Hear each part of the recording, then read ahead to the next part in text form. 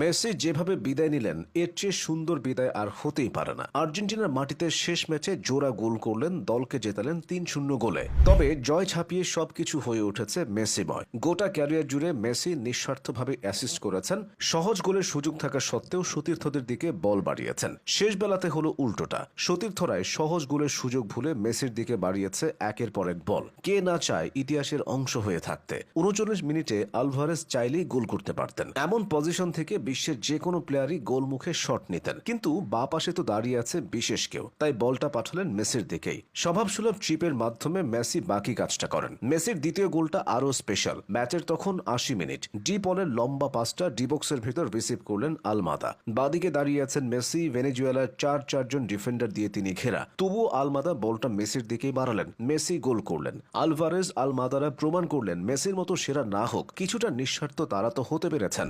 ২০০৭ সালের ১৮ এপ্রিল, আজ থেকে ঠিক ৬৭১৫ দিন আগে আর্জেন্টিনার মাটিতে আর্জেন্টিনার জার্সিতে মেসি প্রথম ম্যাচটা খেলেছিলেন। মেসি তখন ১৯ বছরের তাগড়া যুবক, কাঁধ পর্যন্ত বিছানো লম্বা কালো চুল। ম্যাচটা ছিল চিলির বিপক্ষে। আর্জেন্টিনা জিতেছিল ৩-০ গোলে। এই জয়টাও আসলো ৩-০ গোলে। এদিকে এক লিওনেলের বিদায়ে কান্না ধরে রাখতে পারেননি আরেক লিওনেল। ম্যাচের আগে স্কালোনিকে কাঁদতে দেখা গেছে। সব যদি কিন্তু পেরিয়ে মেসি নিশ্চয়ই ২০২৬ বিশ্বকাপ খেলবেন। মেসির জন্য দলের দরজা খোলা রেখেছেন কোচ লিওনেল স্কালোনি। পরবর্তী বিশ্বকাপের আসর বসবে আমেরিকায়। ইন্টার মায়ামিতে খেলা মেসি আমেরিকার আবহাওয়ায় নিজেকে অনেক আগেই মানিয়ে নিয়েছেন। তাছাড়া মেসি এখনো আর্জেন্টিনার আক্রমণ ভাগে নেতৃত্ব দিচ্ছেন। গোল হচ্ছে না, মেসিকে বল দাও। আক্রমণ দানা বাঁধছে না, মেসি কিছু একটা করবে। প্রতিপক্ষ কঠিন, মেসি ভরসা। বল পায়ে মেসি যা যা করছেন তা অসাধারণের থেকেও বেশি কিছু। দলের সঙ্গে মেসির বোঝাপড়াও অন্য পর্যায়ের, বিশেষ করে জুনিয়রদের সঙ্গে। মাঠ কিংবা মাঠের বাইরে গত ২ দশক বিশ্বকে মোহিত করে রেখেছেন লিও। বার্সেলোনার ক্যাম্প নু থেকে সান্তিয়াগো বার্নাবু, স্তন দি ফ্রান্স থেকে ওয়েম্বলির সবুজে ছোট্ট দুটি পায়ে মেসি যা রচনা করেছেন সেগুলোকে রূপকথা ছাড়া আর কি বা বলা যায়। তবে মুদ্রার উল্টো পিঠ তাকেও দেখতে হয়েছে। ব্যক্তিগত সব ধরনের অর্জন থাকার পরও তাকে শত সমালোচনা শুনতে হয়েছে। দীর্ঘ ২৮টি বছর আর্জেন্টিনা ভক্তরা দুঃখের সাগরে নিমজ্জিত ছিল।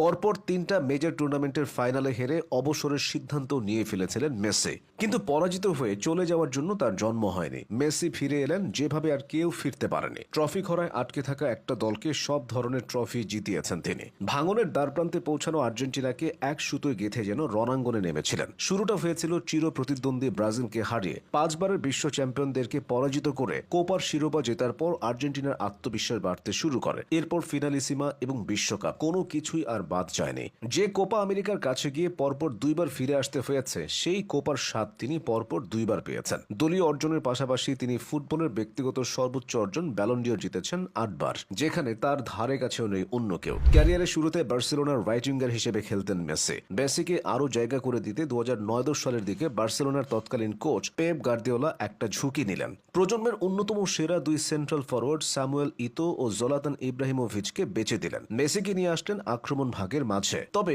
পিওর স্ট্রাইকার নয়, ফলস নাইন হিসেবে। এরপর দলের প্রয়োজনে বিভিন্ন সময় বিভিন্ন পজিশনে খেলেছেন মেসি। আর্জেন্টিনার টিমেও বিভিন্ন পজিশনে খেলে নিজেকে উজাড় করে দিয়েছেন। দলকে করেছিলেন বিশ্ব চ্যাম্পিয়ন, দেশকে সর্বোচ্চ দিয়েছেন তিনি। আর মাথা উঁচু করে দেশের মাটিতে শেষ ম্যাচটা খেললেন মেসি।